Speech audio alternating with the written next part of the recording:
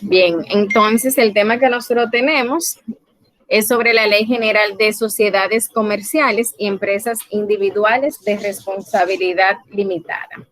Esta ley es la ley 479-08, cuando establece la parte del guión 08, es del año 2008, modificada, en la cual me hace una descripción de los tipos de sociedades que se tienen, que tenemos, como les dije anteriormente, dentro de nuestro país, porque cada país tiene una ley que obviamente esta va a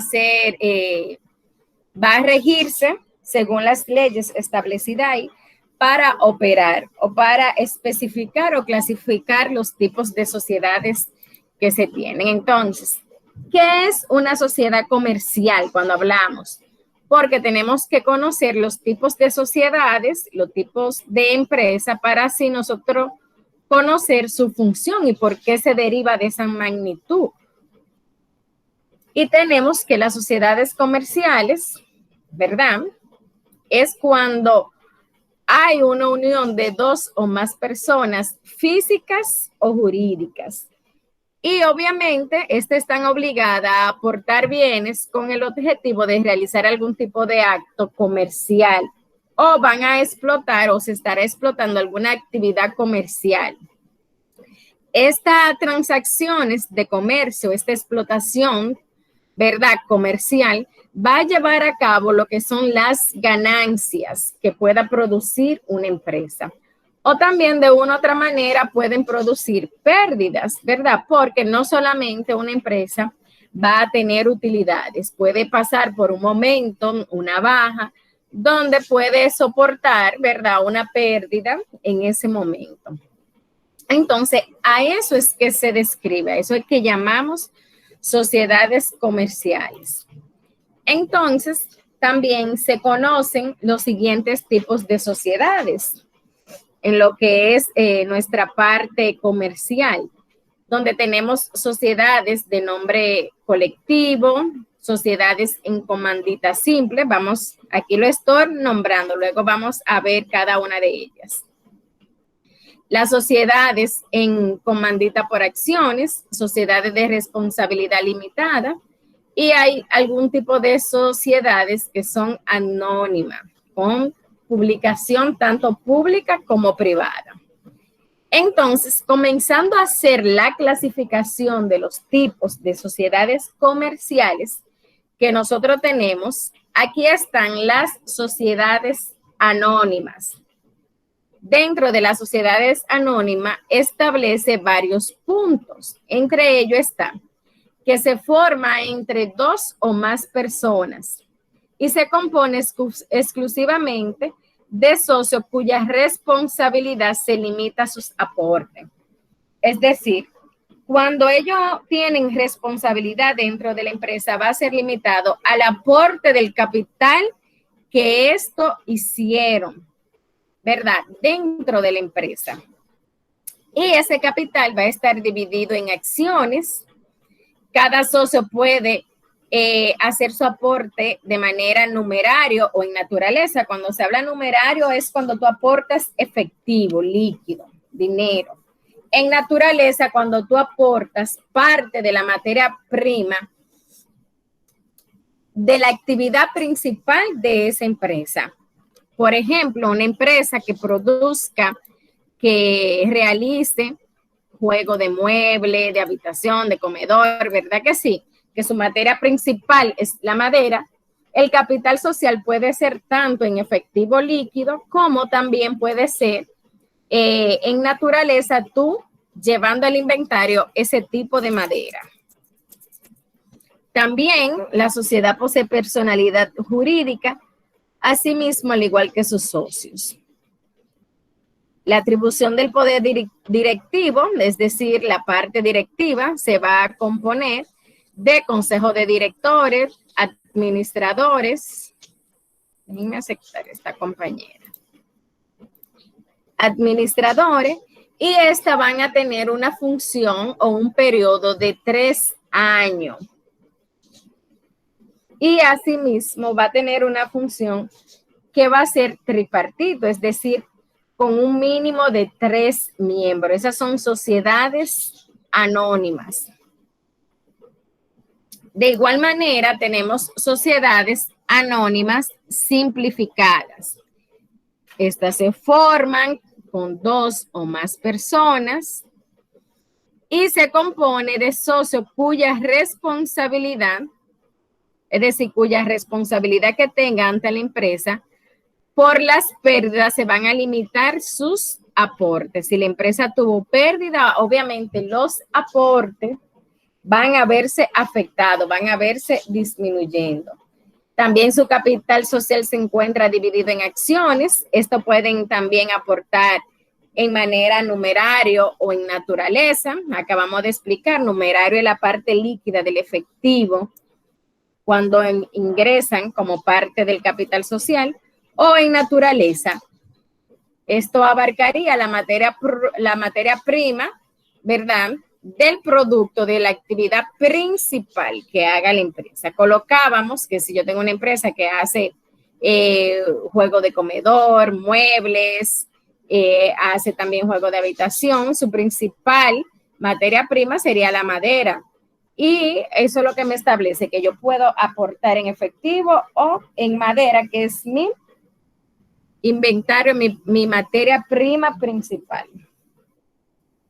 En este caso, hay una designación de un comisario de cuentas, ¿verdad?, que debe de ser accionista, mínimo deben de ser 2. Esto es para evitar cierta desconfianza o mal uso de esos fondos.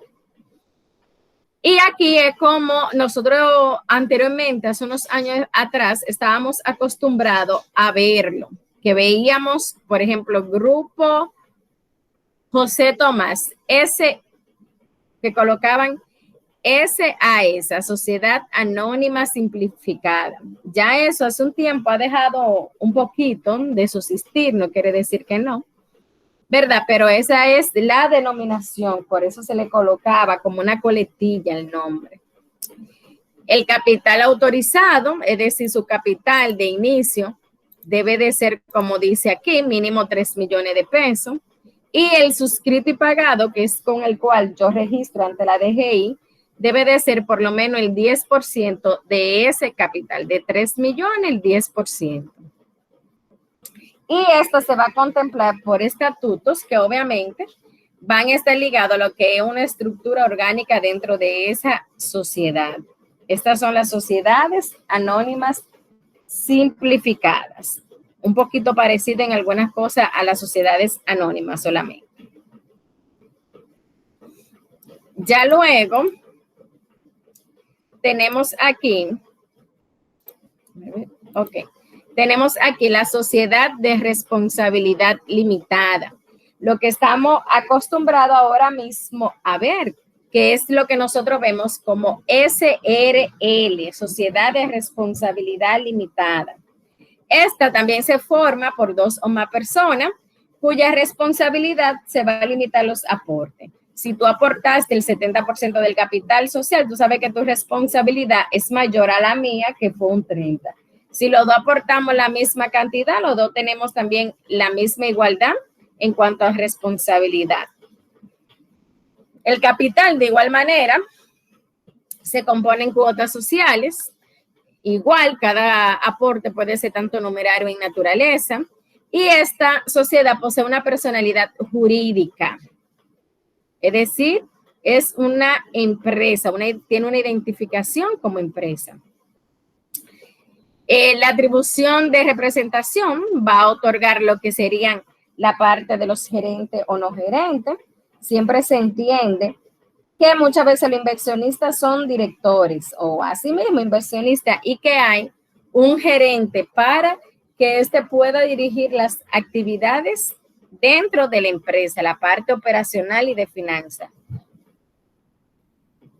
La cantidad mínimo de socios sería 2 o hasta 50, es decir, mínimo 2, máximo 50.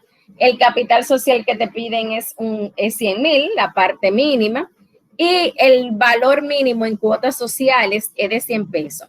Como nosotros dijimos aquí, en la parte de arriba que cuando un inversionista invierte un fondo, ese fondo se transforma en lo que es cuotas, en lo que son acciones. Y esas acciones, cada una de ellas estaría dividida a 100 pesos. Como yo decía, 1.000.000 entre 100. Eso me va a dar la cantidad de cuotas sociales que va a tener la empresa o acciones. También estas deben de estar suscritas. Cuando hablamos de suscrito y pagado, es obviamente la parte del pago del recibo ante la DGI y suscrita que estén plasmada dentro de los estatutos sociales que tiene la empresa. Aquí los gerentes tienen una designación de mínimo de 1 año. Aquí cada 1 año podemos colocar un gerente nuevo, hacer un cambio. Eso es por algún tipo de situación que se pueda dar.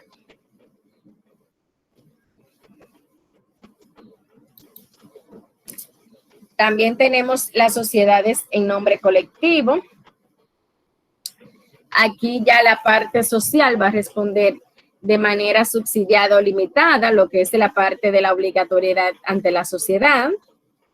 Cuando hablamos de nombre colectivo es que yo sé que tengo una parte, tengo una responsabilidad, la cual debo presentar. La razón social por el cual el nombre o una de las razones o de los asociados puede variar, ya sea por utilizar la palabra compañía. Es decir, dentro de la parte de la sociedad en nombre colectivo, yo puedo utilizar la palabra compañía porque estoy agregando a más de uno de los inversionistas. No tiene un capital mínimo. El capital se puede dividir en aportes sociales. Cuando hablamos que no tiene un capital mínimo, es que yo puedo decir que tengo un capital de 50,000 pesos, de 30,000, de lo que usted considera. No me establece de que hay un mínimo. Aquí no se requiere un comisario de cuentas. Cuando hablamos de comisario de cuentas, es ese gerente o ese director que va a manejar la empresa. Y esta queda disuelta inmediatamente si uno de los socios fallece. Es como que somos socios, todo está bien, pero tú falleciste, inmediatamente esa sociedad queda rota. No es de que, mis hijos me van a heredar las acciones que yo tengo en tal compañía, no. Vamos bien, hay preguntas hasta aquí, hasta ahora. Profe, la grabación usted la sube a YouTube. Sí, hoy tempranito yo le escribí que el encuentro de ayer ya estaba en la plataforma. Yo vi, dice contabilidad fiscal, quería confirmar si eran esas para, porque a veces yo quiero Sí, así es que dicen y tienen la fecha de los encuentros. Por ejemplo, yo la subo como contabilidad fiscal y le pongo la fecha del día de hoy. Y así lo estoy subiendo. Muy bien, otra pregunta. Ajá. Traté de entrar a la plataforma de Mood, pero no me dice que tiene error. A ver si me podría mañana, no ahora, yo sé que está muy ocupada. Sí, yo te voy a pasar a el número de Orquídea, que ella es parte de nuestra asesora, que ella te puede ayudar. Eso mismo le pasaba a algunos chicos ayer. Pues está bien, muchísimas gracias. Siempre. Emmanuel tiene la manita levantada. Sí, profe, para eso mismo, que todavía no he podido acceder nuevamente a la plataforma, entonces no sé. Porque yo sé que Lucrecia tiene el link nuevo. Tú tienes el nuevo link, Emmanuel, que al lado déjame decirte, al lado de la dirección de IPISA tiene un número 2. Sí, yo intenté acceder a esa, ¿no? Y un error. Y le escribí a esta muchacha, pero no me respondió. Solo miró. Ella le responde en el transcurso del día. Lo que pasa es que Orquídea trabaja en una oficina día completo. Entonces ustedes saben que en una Vuelve, ponle un hola para que ella vea la conversación, porque yo sé que nos pasa a nosotros, que a veces nos escriben y respondemos y así, y hay algunas conversaciones que se van quedando debajo, que a veces uno no las responde de una vez. Pero vuelve y ponle un hola a ella. Está bien, profe, gracias. Bien, Evangelista tiene la manita levantada. Sí, que le escriban. Ella puso por el grupo que lo que tenían inconveniente para entrar. Sí. Que le escribieran privado. Yo entré varias veces y me daba a veces problema para volver a entrar. Y ella me cambió el link, la contraseña, y yo estoy entrando bien ya. Exacto, es lo que le digo. Ustedes le ponen un hola otra vez porque a veces sucede eso. Y ella más que trabaja en una empresa día completo, que a veces puede ser de que se le complique o ella responde ya después de las 6:30, que ya ella está en casa. Bien, entonces vamos a continuar aquí. Aquí tenemos las sociedades en comandita simple. Estas sociedades están integradas por varios socios, de los cuales responden de manera limitada a obligaciones sociales. Es decir, cualquier cosa que suceda, como ellos tienen una responsabilidad de manera ilimitada, que no tiene como que yo vaya solamente a responder en base a lo que aporté, ¿verdad? Aquí no, aquí ellos deben de responder, aunque dentro de lo que deban de hacerlo no está en su aporte.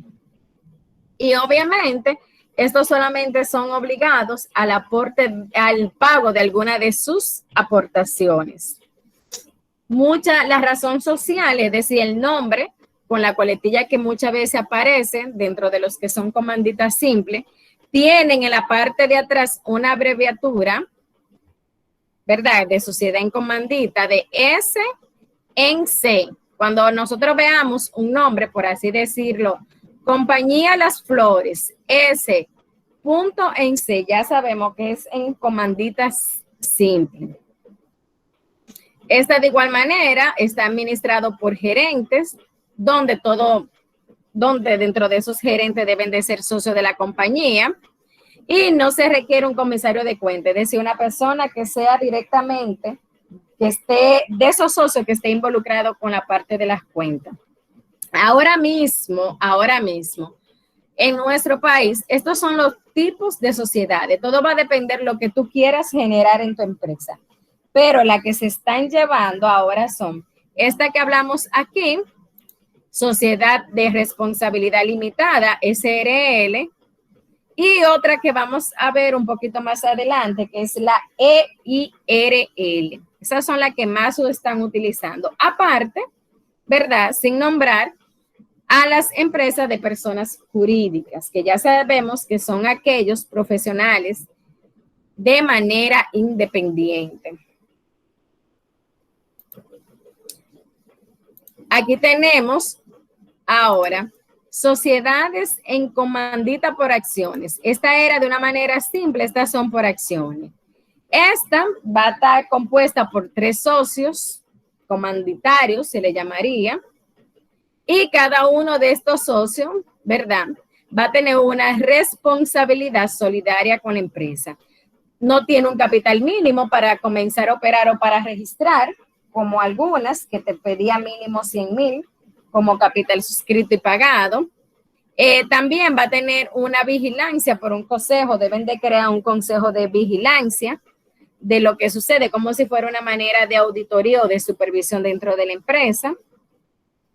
Y esta vigilancia puede estar compuesto por lo menos por los 3 socios. Es como un tipo de empresa donde somos 3 socios, ¿verdad? Y podemos tener los 3 derechos a cierto tipo de cuentas o manejo.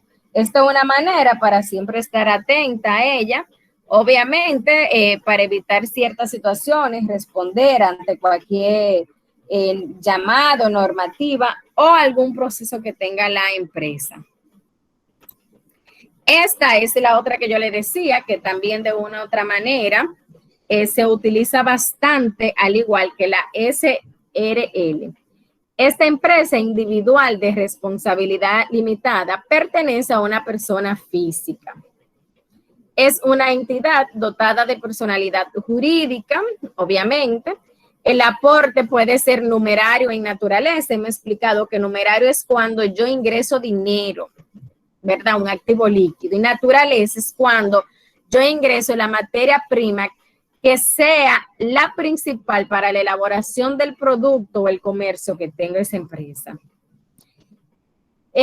Su nombre social, en este caso, por así decirlo, Las Flores, el nombre de la compañía, Las Flores, coma, y la coletilla que le sigue sería EIRL.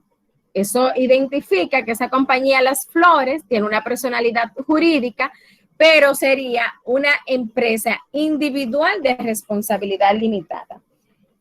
Usted, no sé si alguno de ustedes se hará la pregunta y dirá, profe, pero entonces eso como una persona física, usted podrá decir, es parecido a una persona física. ¿Qué va a suceder aquí? ¿O qué diferencia en la parte legal, financiera y económica existe uno con la otra? Que aquellas personas que se registran con su cédula, con su número de cédula como persona física, las responsabilidades caen dentro de la persona. Y, por ejemplo, todos los bienes que esta persona tenga va también a ser parte de esa compañía. Por ejemplo, tú tienes muchos años trabajando y tienes tu casa, tu vehículo y compraste un terreno y lo tienes ahí. Y de igual manera, tú estás registrado a la DGI y tú tienes una pequeñita empresa. Pero, ¿qué sucede? Esa pequeña empresa, por así decirlo, se fue a la quiebra, ¿verdad? No pudo seguir operando, tú te quedaste con algunas deudas, ya sea de suplidores, de préstamos que había tenido. ¿Qué pasa? Que aquí, obviamente, para tú evitar legalmente lo que es un embargo de que vayan a tu casa y, ¿verdad? Y todo sea como tan desagradable, tú puedes tomar tu solar, ese terreno que tú compraste, para tú cubrir, porque una persona física, los bienes que tú tienes también caerían y son responsables, o se te toman esos bienes para cubrir cualquier deuda que tengas, porque aquí se involucra todo, no importa que tú digas, es que ese terreno yo lo compré 20 años atrás y la empresa lo que tiene son 2 años esperando, no, eso no importa. A diferencia de la EIRL, que como una entidad jurídica, aquí la empresa es la que debe de responder ante cualquier situación, cualquier cosa que suceda. Pero en este caso, ¿verdad? Equivale a un solo miembro. Pensé que había alguna manita levantada. ¿Estamos claros aquí? ¿Hay algún tipo de pregunta? ¿Se entendió esa idea? Sí, profe, claro, hasta ahora. Muy claro, profe. Exactamente. Yo he tenido casos, profe, que yo manejo igualas. Uh-huh.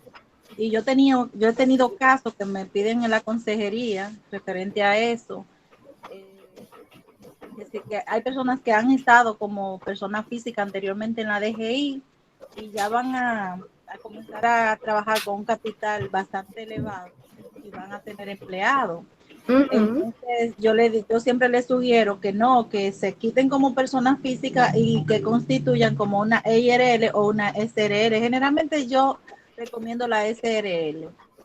Exacto, pero a lo mejor puede ser de que esa persona no tenga un socio, porque hay algo que sucede, que tú puedes hacer una SRL hasta dándole una acción, 99 el dueño, una acción esta persona.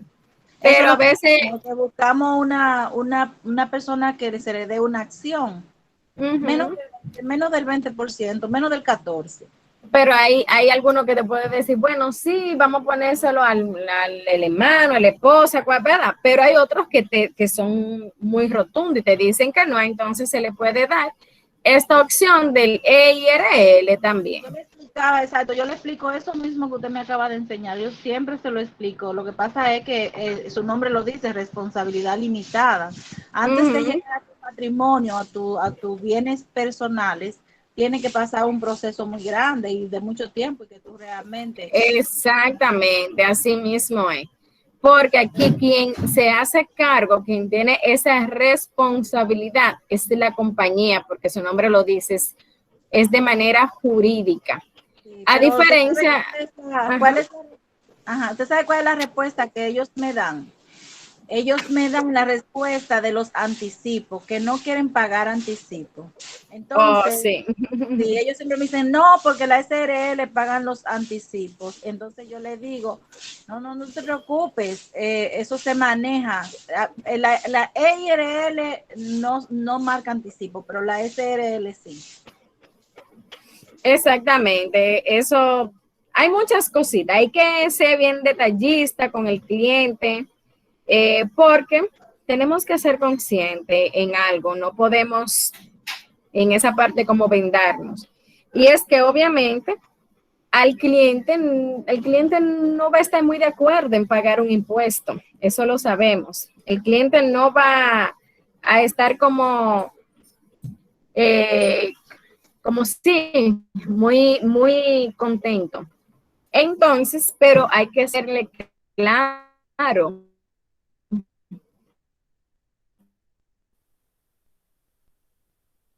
Hay que serle totalmente transparente.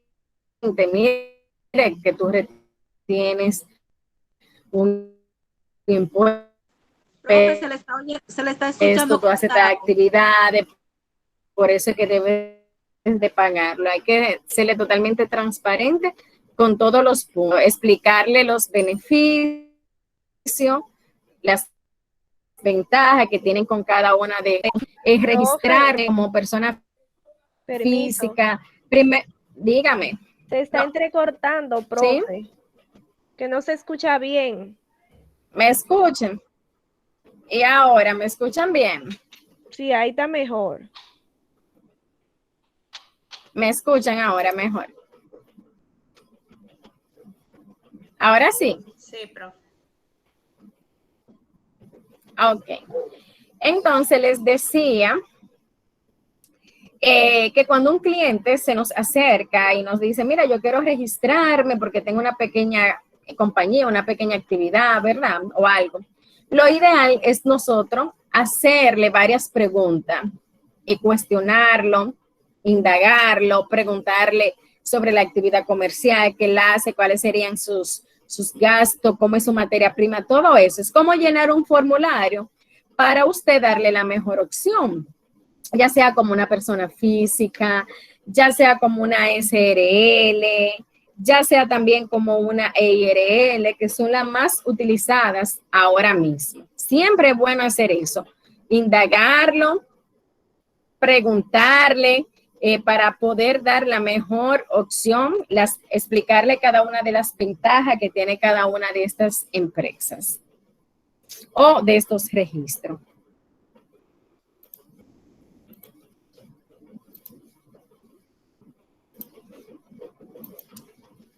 Bien, aquí también tenemos otro punto, otro tipo. Son las 7:40 ya. ¿Cómo? Son las 7:40, ¿usted no tiene una reunión?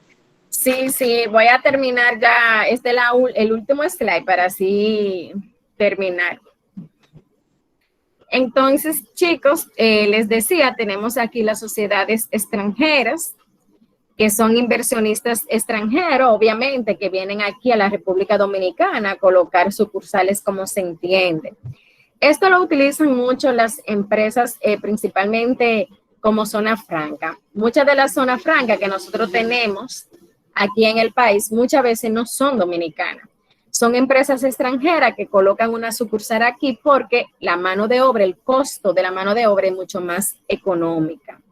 De igual manera, estas deben de registrarse, sacar su registro mercantil, tener su nombre en UNAPI, aparte de eso, registrarse, sacar su registro nacional del contribuyente en la DGI, hacer todos los procesos. Si es una empresa que, por ejemplo, tiene alguna producción, ya sea de algún tipo de consumo, también sacar su registro sanitario, todo lo que conlleva.